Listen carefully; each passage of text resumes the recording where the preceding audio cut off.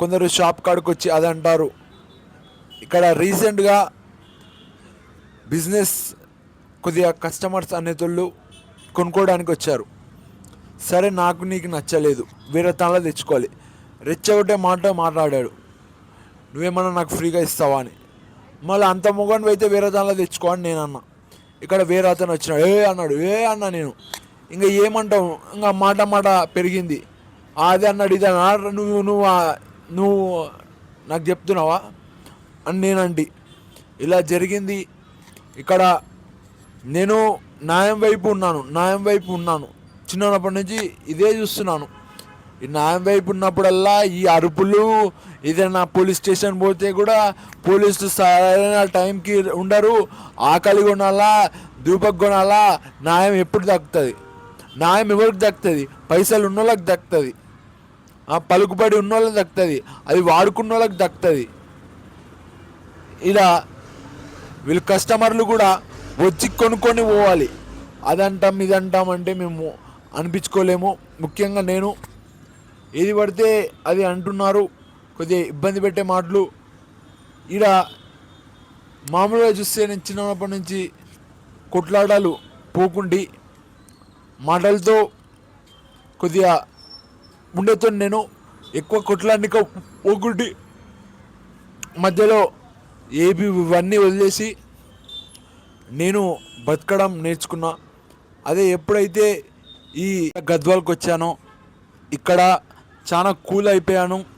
కొద్దిగా న్యాయం వైపు ఉంటుంటే ఇబ్బంది అవుతుంది.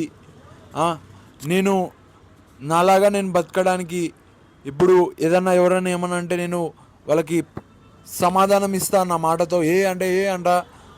కొందరు ఏమనుకుంటారు, ఏవో అన్నారు అన్నట్టుగా తుడుచుకొని పోతారు.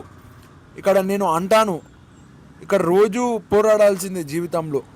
కానీ నేను ఏం చేస్తా, మధ్యలో అని ఊరుకుంటా, ఎక్కడైనా ఇబ్బంది పడతా ఏదైనా అన్నప్పుడు. ఎందుకంటే నాకు పక్కన ఎవరు ఉండరు తెలుసు, ఇది బ్యాడ్ నేచర్, నా పక్కన ఎవరు ఉండరు అనేది. ఇక్కడ ఒంటరిగా పోరాడాల్సిందే ఎవరైనా. జీవితం ఎప్పుడు ఒకరు ఉండరు మనతో, మనం ఒక్కరే ఉంటాము. ఎప్పుడో ఒకసారి మనకు కావాల్సిన వ్యక్తులు మన పక్కన ఉంటారు. ఈ గద్వాల్లో కూడా చాలామందితో కొట్లాడడం జరిగింది. కొన్నిసార్లు నా తప్పు లేకున్నా ఇక్కడ వీళ్ళతో ఇబ్బంది పడినానని చెప్పుకోవచ్చు. సినిమా థియేటర్కి వెళ్తే సినిమా థియేటర్ మూయడం, ఇక్కడ ట్రాఫిక్లో వెళ్తుంటే హారన్ కొట్టడం. వేరే వ్యక్తి ఇప్పుడే ఒక అతని కెమెరా తీస్తూ నన్ను చూపించడానికి చూశాడు. వీళ్ళందరూ వాళ్ళని అనింది లేదు, చేసింది లేదు, నన్ను ఇబ్బంది పెడతా అంటారు. నేను ఏం చేయాలో అర్థం కాదు నాకు. ఒక్కొక్కసారి అనిపిస్తుంది మనం తప్పున్నామని. ఇంకా నాకు ఇలానే ఉండడం వస్తుంది, న్యాయంగా మంచి వైపు. ఎవరేమన్నా ఇక్కడ అవసరమైతే చంపడానికి లేకుంటే సావడానికి కూడా సిద్ధమని ఒక మాటతో వెళ్తున్నానని చెప్పుకోవచ్చు. ఇది మాట అనడం ఈజీ, కానీ ఆ టైంలో ఏమవుతుందో తెలియదు. అలా వస్తుంది నా కోపం అయితే.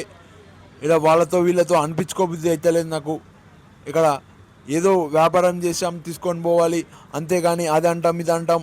ఇక్కడ ఓట్ల రాజకీయం గురించి మాట్లాడితే ఇలా ఓట్లు వేస్తాం కాబట్టి మీరు ఊకో ఉండాలని లేదు. ముఖ్యంగా నేను ఓటు కోసం ఆశపడేతోని కాదు, నా నైజం ఇది.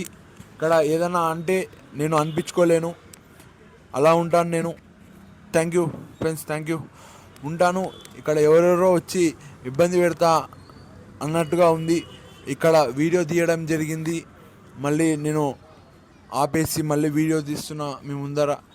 ఇక్కడ వీడియోలో కనిపించేంత ఈజీగా లేదు లైఫ్, కష్టంగా ఉంది. ఉంటాను. ఒక్కొక్క రోజు ఒక్కొక్క పెద్ద కష్టాలు కూడా వస్తున్నాయి ఒక్కొక్కసారి.